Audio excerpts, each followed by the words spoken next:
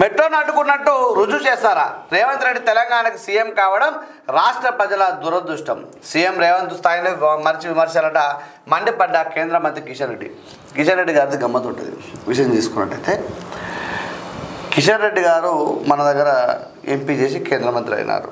MLA పోటీ తోడిపోయినారు. తర్వాత ఎంబడే ఎంపీ అయినారు.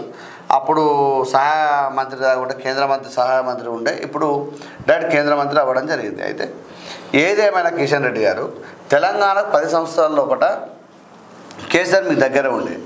అప్పుడు మీరు ఈ విధంగా మాట్లాడలే, ఈ విధంగా ఎప్పుడు కూడా లేదు. కానీ ఇప్పుడు రేవంత్ రెడ్డి గారి మీద ఒంటికాల మీద లేస్తూ ఉన్నారు. బహిరంగ లేఖలు విడుదల చేస్తూ ఉన్నారు. ప్రజలందరూ నిశ్చితంగా గమనిస్తూ ఉన్నారు.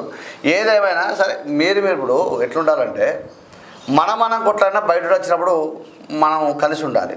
అంతే కదా, కొట్లాడినా కూడా బయట వచ్చినప్పుడు కలిసి ఉన్నట్టుగా మీరు తెలంగాణ ప్రాంత వాసి, మీరు తెలంగాణ నుంచి ఎన్నిక కాబడ్డ కేంద్ర మంత్రి, మీరు అంటే ఎంపీ గెలిచి కేంద్ర మంత్రి అయిన వ్యక్తి.